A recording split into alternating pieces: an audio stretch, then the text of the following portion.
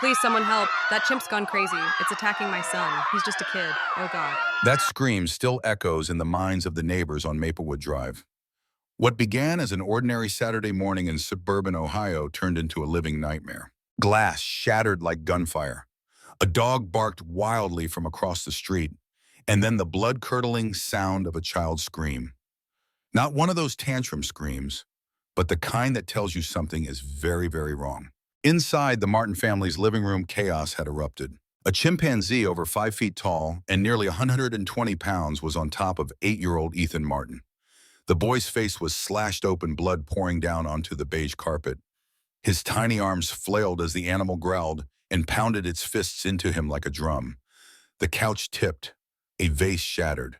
The TV blinked to static as the chimp threw a lamp into it. Next door, a neighbor sprinted across the lawn with a baseball bat.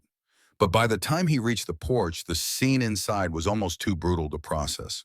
This wasn't a random jungle attack. This wasn't a creature escaping from the wild. This was something far more terrifying. Something that came from one of their own homes. If you care about animals, survival, and the hidden dangers no one talks about, subscribe to Animal Story. We share true stories of loyalty, heartbreak, and the moments when instinct collides with love. Hit that red button and join our community. It could change the way you see the world around you. But to understand what really happened in that quiet neighborhood, to know why a domesticated chimpanzee ended up attacking a child, we have to go back. Back before the sirens, before the blood, before the shock. We have to go back to a man named Charles Denning. Charles had lived in that neighborhood for 22 years. Most people knew him as the quiet guy by the zoo, a retired maintenance worker from the Columbus City Zoo. Charles was in his late 50s, kept to himself, always wore flannel, mowed his lawn twice a week. Nice enough guy, though a little odd.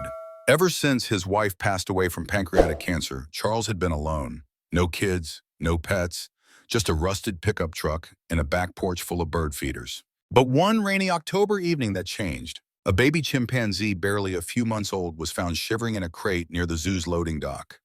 Its mother had rejected it, and none of the handlers thought it would make it through the night. Charles had seen enough animals die over the years. This one, he couldn't let go. Without clearance, without fanfare. Charles brought the baby home. He named him Leo. At first, people thought it was sweet, maybe even a little inspiring. Charles posted videos of Leo cuddling on his shoulder, drinking from a bottle, playing fetch with a squeaky toy like a golden retriever. But what started as a heartwarming tale of man and beast soon spiraled into something much darker. Because Leo wasn't a dog, and Charles, no matter how much he loved him, wasn't his father. Leo was a chimpanzee, a powerful, unpredictable wild animal, one with teeth strong enough to bite through bone, hands that could bend steel pipes, and instincts forged by millions of years of survival, not kindness. And yet, for 4 years, nothing went wrong. Until that one morning when Charles forgot to lock the back gate, when Leo slipped out, and when Ethan Martin was left home alone, just for a moment. The moment it took for a life to be changed forever. Before the screaming, before the glass shattered, before the blood soaked into the carpet, there was just Charles and Leo. To truly understand what happened, that terrible morning, you need to understand who Charles Denning was and why he saw that chimpanzee not as a threat, but as family. Charles wasn't some backyard thrill seeker trying to collect exotic pets. He wasn't running an illegal zoo. He was a man who'd spent 34 years working behind the scenes at the Columbus City Zoo, fixing fences, checking pipes, replacing locks on enclosures. He knew animals better than people, especially after he lost his wife, Lorraine. They'd been high school sweethearts, married young, stayed together through everything until the cancer came. When she passed, Charles didn't just lose a partner. He lost his reason to talk, to cook, to wake up early. The house felt colder, emptier. He started sleeping in the recliner, stopped answering calls, until Leo, that little chimp, showed up like a second chance, rejected by his own mother, shivering, underweight, weak. Charles didn't ask permission. He just picked him up, wrapped him in his wife's old flannel blanket, and took him home. Neighbors didn't even realize what was happening until a few weeks later when someone spotted Charles in his front yard with a chimp in a diaper. He's just taking care of it till it gets strong enough, he told Mrs. Bradshaw next door. Then I'll bring him back. But he didn't. As weeks turned into months, Charles and Leo became inseparable. Every morning, Charles would warm up scrambled eggs and toast. Leo would sit at the table legs swinging off the chair like a kid. They'd watch the news together, Leo clapping every time the weatherman came on screen. At night, Charles read aloud from old Louis L'Amour paperbacks, voice cracking as he tried not to cry. Leo would curl up next to him on the couch, one long arm wrapped around Charles's chest like a hug. He wasn't just raising a chimp, he was healing his grief. The people on Maplewood Drive started to notice too. Leo was surprisingly gentle. He'd walk up to the mailman and offer the letters. He'd sit quietly on the porch and wave at kids as they biked by. Charles even dressed him up for Halloween one year, a tiny sheriff badge pinned to a vest. And online, Leo became a sensation. Charles uploaded a video titled My Boy Leo, where the chimp clumsily tried brushing his own teeth. Within days, it had 60,000 views. One comment read, "This is what love looks like. Doesn't matter the species." Of course not. Everyone was charmed. The local animal control office issued 2 warnings. One neighbor, retired in Army, lived 2 houses down, sent a letter to the HOA saying, "I don't care how cute it looks in a diaper. That thing's a weapon waiting to go off." But Charles never believed it. Leo was different.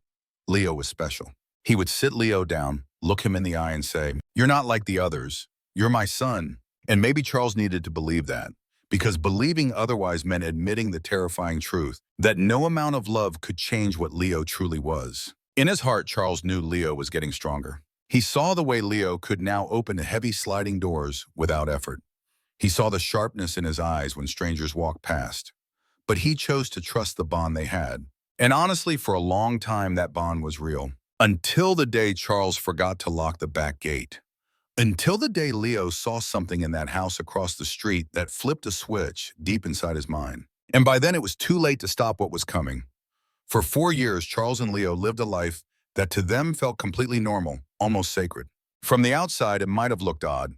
A retired widower sharing his home with a fully grown chimpanzee. Sure, but for Charles, Leo filled the silence Lorraine had left behind. He wasn't just company, he was purpose. And for Leo, well, he didn't know he was different. Not really. He wore clothes, he ate at a table, he had routines, chores, toys, and love. In his eyes, he wasn't a chimp raised by a man, he was a member of the household, a son. Each morning started the same way. Charles would cook 2 eggs toast and heat up Leo's favorite frozen hash browns in the air fryer. Leo sat at the breakfast nook, feet barely touching the chair rails, grinning as he watched reruns of The Price is Right. They had a rhythm. After breakfast, they'd walk the yard. Charles always carried a pocket full of sunflower seeds to feed the squirrels. Leo would carry a plastic bucket filled with his treasures, an old toy truck, a bright red Nerf ball, a chewed-up shoe he refused to part with.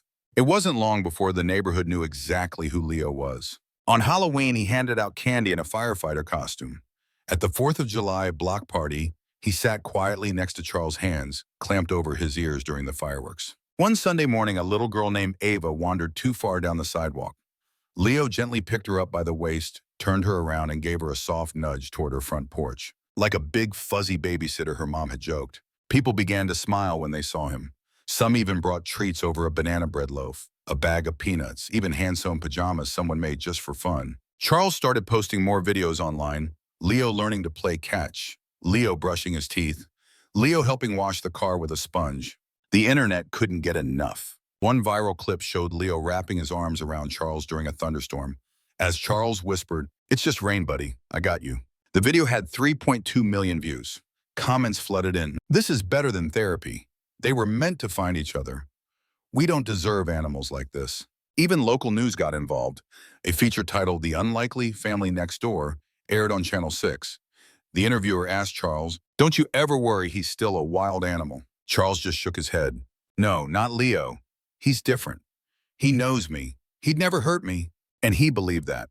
With everything in him, he believed it. That belief became his shield against logic, against concern, and against the quiet warnings even Leo himself had started to show. There were moments, quick flashes that hinted something was changing. A cracked window pane Charles pretended not to notice. A squirrel Leo crushed in his bare hands. A growl low and guttural when a delivery guy came too close.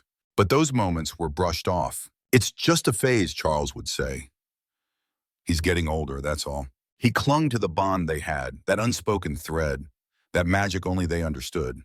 Because for Charles, Leo wasn't a chimp anymore. He was family. And family, no matter how wild, doesn't turn on you. But biology doesn't care about love. Instinct doesn't care about birthday cakes, pajama sets, or viral fame. And Leo, now pushing 5 years old, was no longer a baby.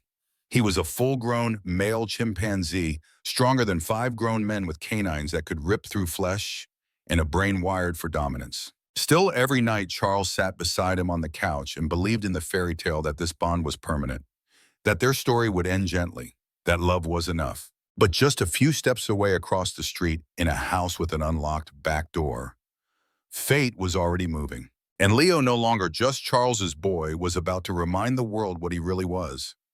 In hindsight, the signs were everywhere. But when love clouds your vision, when you build your world around something fragile, you learn how to ignore the cracks.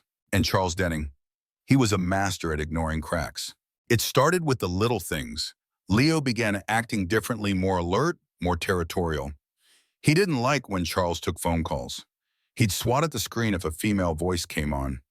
He started waking up in the middle of the night, pacing the hallway, letting out low, throaty growls no one had ever heard before. Charles thought he was just restless. Maybe he's bored, he told a neighbor. He's smart, too smart for his own good. Then came the physical changes. Leo grew fast, his arms thickened, his chest widened. By the time he turned 5, he was 120 pounds of raw muscle. Stronger than Charles, stronger than almost anyone. One morning, Charles found that the lock on the back shed had been ripped clean off, bent like aluminum foil. Leo just sat in the grass holding a rake like a toy, blinking innocently. That same week, he bit through the living room door handle, for fun. When Charles told his old coworker, Jerry, a former zookeeper who'd worked with primates for decades, Jerry's face went pale. He's entering adolescence, Charles. This is the most dangerous stage. He's not a pet anymore. He's figuring out who's in charge. Charles laughed it off. He knows I'm in charge. Jerry didn't laugh back. You don't get it. Chimps in the wild fight their own brothers to prove dominance. They tear off ears, fingers, faces. That bond you think you have, nature doesn't care. Charles ended the conversation there. He didn't want to hear it. A few days later, animal control showed up at his door. A neighbor had anonymously reported an aggressive primate being kept without proper enclosure. The officer, a young guy barely out of college, tried to stay calm as Leo stared at him from the window. Sir, keeping an exotic animal like this in a residential area could be a code violation, especially if it's unlicensed. Charles pulled out a stack of papers. Everything's in order, he said. You're wasting your time. They left. But the seed had been planted. People in the neighborhood started whispering. Kids were told to avoid the house. One woman crossed the street when walking her dog. Another stopped letting her toddler play outside. Charles noticed. He started closing the blinds, keeping Leo out of sight. But even Leo seemed to know something had changed. He grew moody, unpredictable. He knocked over chairs when Charles turned away.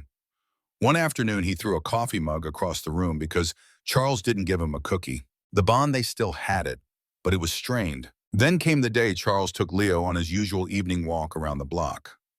Everything seemed normal until they passed a group of teens riding electric scooters. The high-pitched buzz made Leo stop, then snarl, then lunge. Charles yanked back on the makeshift leash, just a braided nylon rope tied to a harness, and barely managed to hold him. The teens scattered, laughing nervously. But Charles was shaken. That night, Leo wouldn't sleep. He sat in the dark, staring out the window, his reflection warped in the glass, watching, breathing heavily. The next morning, Jerry called again. You have to let him go, man. I'm begging you. Take him to a sanctuary, somewhere with other chimps, somewhere safe. But Charles couldn't do it. He had already lost one family. He wasn't going to lose another. I raised him. I know him. He's my son. He'd never hurt me. And maybe that was true.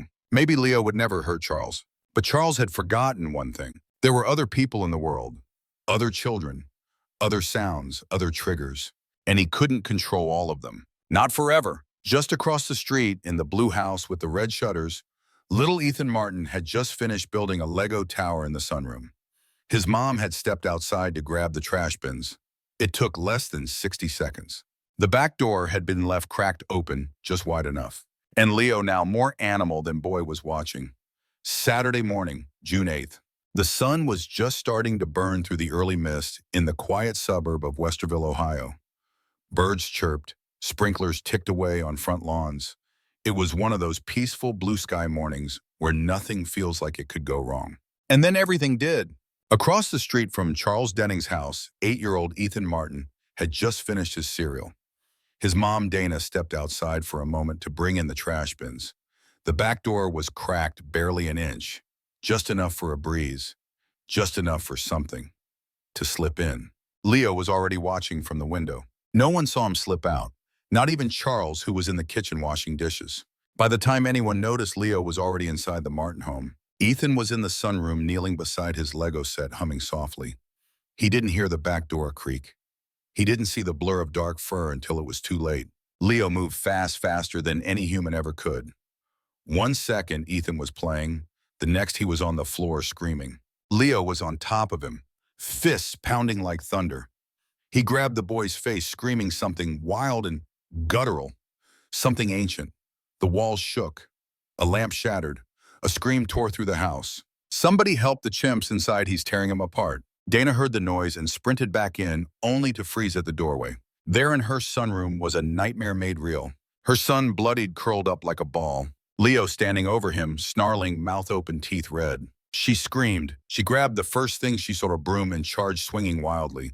She struck Leo once, twice. He spun around, grabbed the broom midair, and snapped it in half like a twig. Neighbors began pouring into their yards, drawn by the screams. Phones were out. 911 was called. Chimpanzee attack. There's a kid. Please, he's going to die. Charles burst out of his front door the second he heard the commotion. He saw the crowd, the flashing movement through the Martin's glass, and he knew. No, no, God, no. He ran faster than he had in years. His heart pounded so hard he thought it might burst. As he reached the open door, all he could say was, "Leo, stop." But Leo didn't stop. Ethan lay barely conscious, his left arm, limp, face slashed. The carpet was soaked in blood. Leo stood over him, chest heaving, eyes wild. He looked at Charles, but there was no recognition. Just confusion, panic, rage, and something else, fear. Leo knew he had done something wrong, but he didn't know how to stop. Then sirens. Police cruisers flew around the corner, tires screeching, officers jumping out with weapons drawn. Dana screamed again. "He's still inside. He's got my baby." Charles stepped into the room, hands raised. "Don't shoot. Let me try." He walked slowly toward Leo, tears streaming down his face. "Buddy, it's me, his dad. You don't have to do this. Come home." For a split second, Leo hesitated. He took one step forward, and then a crash from the hallway. A cop had kicked over a chair by accident. Startled, Leo lunged not at Charles, but toward the noise. The gunshots came instantly. 3, then 4, then silence. Leo collapsed mid-stride right there in the Martins' hallway. His chest rose once, then fell. Charles dropped to his knees. The room swam around him. All he could see was blood, Ethan's and Leo's. He didn't know which broke his heart more. The paramedics rushed in and carried Ethan out, barely alive, covered in wounds. The boy would survive, but he'd carry the scars for life, both on his skin and in his mind. Charles wasn't arrested, but he was never the same. The headlines read, "Former zookeeper's pet chimpanzee mauls boy in suburban attack. How did this happen in America? Who's to blame for Leo?" But Charles didn't read the news. He sat in the dark of his living room, the one where Leo used to play, and stared at an empty couch, and whispered, "I'm sorry." The blood had been cleaned, the glass replaced. But the quiet never left Maplewood Drive. It's strange how a street can look exactly the same lawns, same mailboxes, same wind chimes on porches, and still feel completely different, like something invisible is clinging to it. A weight, a memory that won't go away. And for the people who live there, especially for the Martin family, it never really did. Ethan survived, barely. 37 stitches to his face, fractured ribs, a torn ear. He didn't speak for 3 weeks. He just sat in his hospital bed, clutching a small stuffed dog the nurses had given him. When he finally spoke, the first thing he asked was, "Is the monkey gone?" His mother nodded, holding back tears. "Yes, baby, he's gone." The public outcry came fast. News trucks lined the streets for a week. Headlines screamed about exotic animals in neighborhoods. Angry parents demanded new laws. The mayor issued a statement. County officials began reviewing every animal permit on record. And at the center of it all was a man who had already lost everything. Charles Denning. He didn't fight back when reporters camped outside his home. He didn't answer calls. He didn't show up at the community meeting where his neighbors demanded action. He just sat in his living room, staring at Leo's favorite blanket, the one still folded over the arm of the couch. He didn't mean to hurt him, he told a local officer once. He got scared. He didn't understand. It's my fault, not his. But not everyone saw it that way. Some neighbors were furious. One man said, that chimp was a ticking time bomb. Everyone knew it. Why didn't anyone stop him? Others were heartbroken. One woman left a letter in Charles's mailbox. I saw how much you loved him. I just wish love had been enough. In the months that followed, Ohio passed Leo's Law legislation that banned private ownership of primates in residential areas. It included new penalties, mandatory inspections, and stricter zoo release protocols. People across the country debated the story. Was Charles a criminal, a grieving man who made a tragic mistake, or just someone who confused love with control? But the hardest question wasn't for the public. It was for the people who knew what happened behind those walls. The ones who saw a chimp who hugged, who laughed, who wore pajamas and played in sprinklers, and who in one irreversible moment turned into something no one could stop. Charles never tried to adopt another animal. He eventually moved away, quietly. No forwarding address, just left a note for the mailman. Thank you for always waving to Leo. He liked you. The house sold fast. No one tells the new owners what happened there. And Ethan, he's doing better. He still has nightmares, but he goes to therapy. He smiles more now, draws pictures. He drew one once for his mom, a chimp sitting under a tree. At the bottom, he wrote in crooked handwriting. I think he was sad. So now we're left with the story, a story about love, trust, instinct, and consequence. It's easy to judge from the outside, but ask yourself, if you raised something from a baby, if you believed it knew your heart, would you have seen the danger coming? Can love alone truly tame something wild? Or are we, despite our hopes and best intentions, just borrowing time from nature before it takes back what's always been wild? Thank you for watching Animal Story. If this story moved you, subscribe for more true stories that uncover the beauty, risk, and raw truth of the human-animal bond. And let us know in the comments. Do you think Leo deserved a second chance? Or was this tragedy unavoidable from the start?